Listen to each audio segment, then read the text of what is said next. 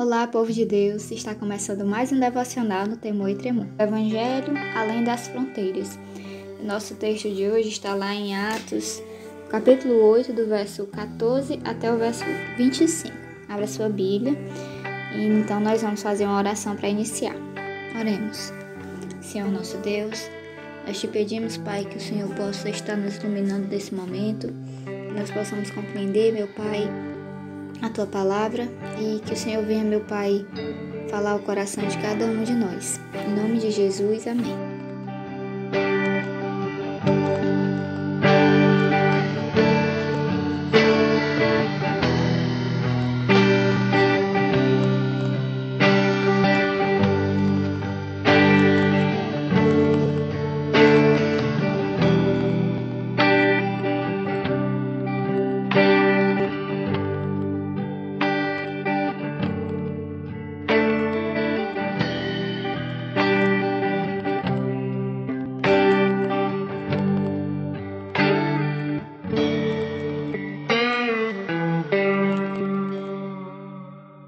Vamos lá então, nós vamos dividir por blocos, certo? Então nós vamos começar do versículo 14 até o versículo 17, que vai tratar sobre os novos crentes recebem o Espírito Santo.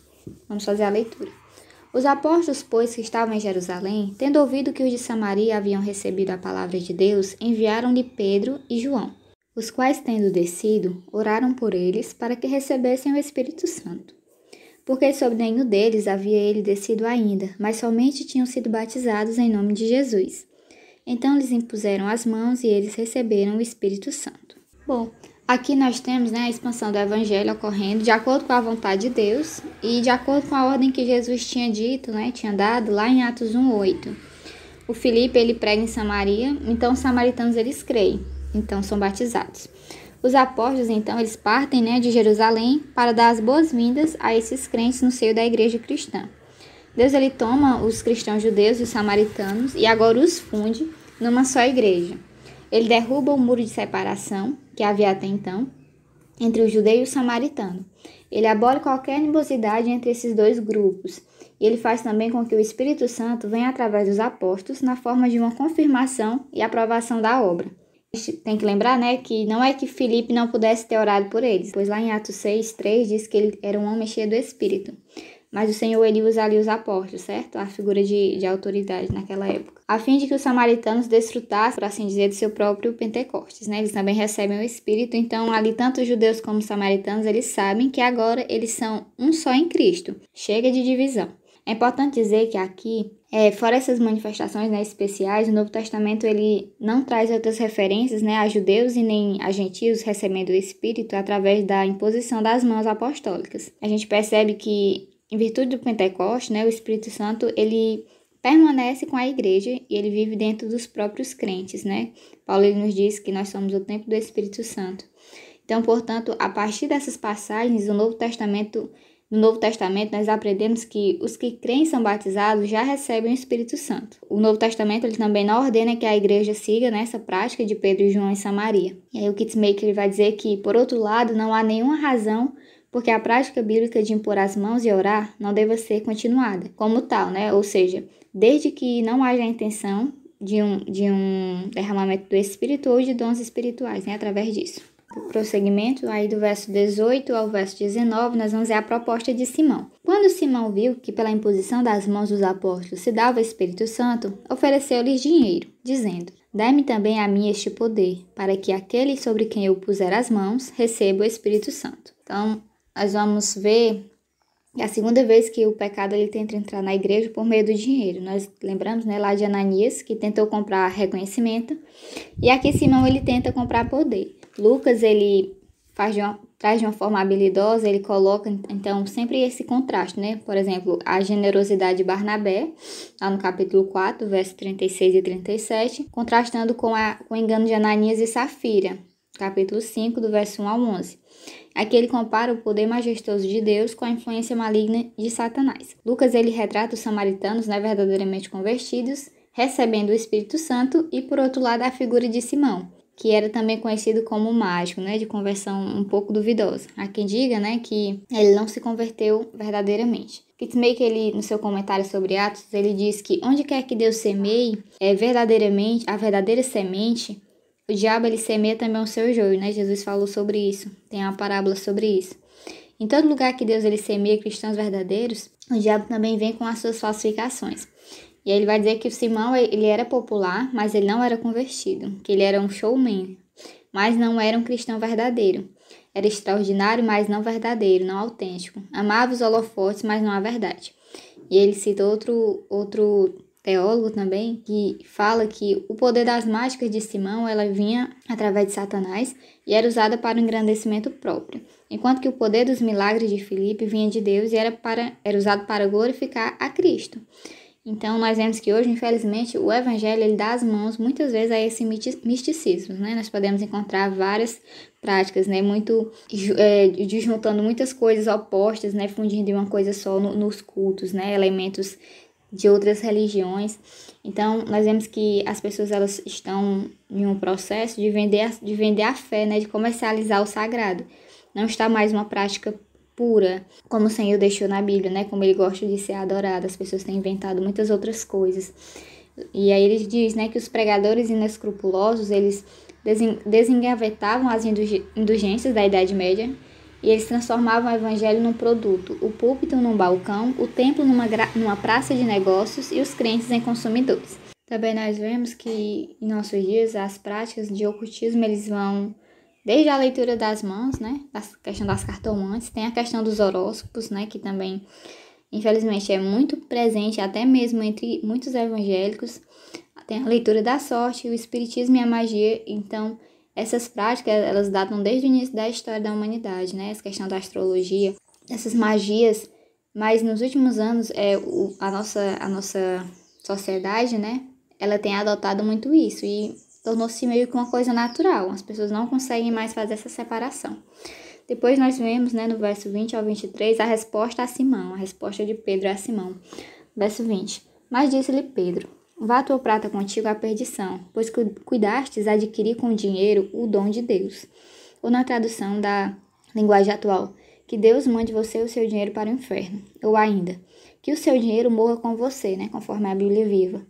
Tu não tens parte nem sorte neste ministério, porque o teu coração não é reto diante de Deus. Arrepende-te, pois, dessa tua maldade, e roga ao Senhor para que porventura te seja perdoado o pensamento do teu coração. Pois vejo que estás em fel de amargura e em laços de iniquidade. A tradução da linguagem atual diz, vejo que você está cheio de inveja, uma inveja amarga como fel. E vejo também que você está preso pelo pecado. Na Viva diz, né? Pois eu posso ver que há grande amargura e tendência ao pecado no seu coração. Os atos de Simão, eles revelavam que ele não tinha experimentado uma autêntica conversão. E que a gente percebe também através do texto, né? Que ele não havia recebido o Espírito Santo.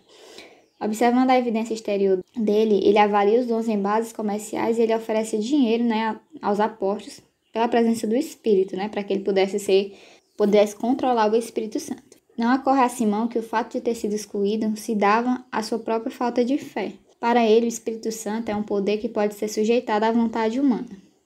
Calvino, ele diz que Simão ofende a Deus colocando o Espírito Santo no mesmo nível de suas artes mágicas. Ao querer comprar o Espírito de Deus, ele demonstra não ter nenhum conhecimento acerca dos assuntos espirituais. Não percebe que os apóstolos têm poder celestial para glorificar a Deus. E ele quer ter esses superpoderes para se autopromover, como ele fazia, né, com suas magias. Pedro, ele olha então para o âmago do ser de Simão e sabe que espiritualmente Simão não está servindo a Deus e sim a si próprio. Há somente uma maneira de efetuar a reversão dessa condição. E esta chama-se arrependimento. Então nós percebemos que o Pedro ele vai abrir, né, a porta ali do arrependimento para Simão. Logo, Pedro, então, ele mostra o caminho da salvação e, apesar de ter pronunciado dura maldição sobre ele também mostrou o caminho, né, da libertação. Nós sabemos que onde existe a fé verdadeira, também há um arrependimento verdadeiro. Então, Pedro, ele admoesta ali Simão a arrepender-se e, né, se endireitar. No verso 24, nós vemos, então, o pedido de oração que Simão fez. Respondendo, porém, Simão disse, rogai vós por mim ao Senhor, para que nada do que haver dito venha sobre mim. Parece um pouco, né, com um pedido de Faraó a Moisés. Nós vemos que muitas vezes Faraó pediu que Moisés orasse, né, juntamente com Arão, mas ele nunca se arrependeu verdadeiramente, né? Podemos ver isso lá em Êxodo 8, 9 e 10. Então nós vemos que ele parecia querer se livrar das consequências do pecado e não do pecado propriamente dito. O John Stott ele vai dizer que o que realmente preocupava não era o perdão de Deus, mas sim escapar do juízo. E ele, concordando com outro teólogo, ele diz que Simão ouviu o evangelho, viu os milagres, professou a sua fé em Cristo e foi batizado. No entanto, ele nunca chegou a nascer de novo. Então essa é a opinião dele, certo? Acabando o texto, né, de hoje, nós temos o verso 25, é um comentário de Lucas. Ele diz que eles, pois, havendo testificado e falado da palavra do Senhor, voltaram para Jerusalém e evangelizaram muitas aldeias. Então a missão continua. E agora nós vamos para um ponto que eu queria destacar com vocês. Não é uma aplicação propriamente dita, mas algo que eu achei muito interessante, se refere à questão do Espírito Santo ser livre e da graça também ser livre. No capítulo 13 do livro Os Atributos de Deus, do A.W. Pink, ele falando sobre a graça, ele diz: a terceira pessoa da divindade é o comunicador da graça, portanto é denominado o Espírito da Graça, conforme Zacarias 12:10. Deus o Pai é a fonte de toda a graça, pois ele em si mesmo determinou a aliança eterna da redenção. Deus o Filho é o único canal da graça. O Evangelho é o divulgador da graça, que é o que os samaritanos creram, né? O Espírito é o doador. Ele aplica o Evangelho com poder salvador à alma, vivificando os eleitos enquanto ainda mortos, dominando as suas vontades rebeldes, amolecendo seus corações duros, abrindo-lhes os olhos de sua cegueira, limpando-os da lepra do pecado. Podemos assim dizer como o finado G.S. Bishop. A graça é uma provisão para homens que se acham tão decaídos que não podem erguer o machado da justiça, tão corruptos que não podem mudar suas próprias naturezas, tão contrários a Deus que não podem voltar para Ele, tão cegos que não podem vê-lo, tão surdos que não podem ouvi-lo, e tão mortos que Ele mesmo precisa abrir os seus túmulos e levantá-los para a ressurreição. Nesse texto de Atos, nós podemos perceber que através do Evangelho, através da pregação dos apóstolos, e desses 7 homens que foram escolhidos, dentre eles Filipe, a graça, ela é manifestada aos gentios, então a igreja começa a se expandir.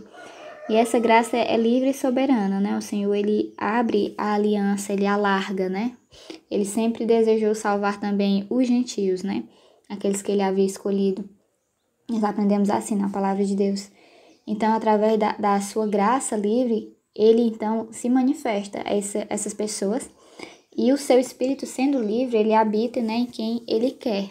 Não é algo que se possa forçar, não é algo que se possa ter o domínio, como o Simão queria. Então, nós temos que lembrar, que nós não podemos forçar ao Senhor a nada. A terceira pessoa da Trindade, o Espírito Santo, é Deus também. Então, não há como forçar, não há como exigir algo ou querer controlar suas manifestações, o seu agir. Então, é isso, gente. Esse foi o devocional de hoje. Espero que vocês tenham aprendido e que vocês possam deixar nos comentários, quem está ouvindo pelo YouTube, o que vocês têm achado, as sugestões, se tem ido ao encontro de vocês, o que nós podemos melhorar. Nós estamos aí dispostos a ouvir as sugestões de vocês, certo? As críticas construtivas também. É isso, Deus abençoe vocês. Até o próximo devocional.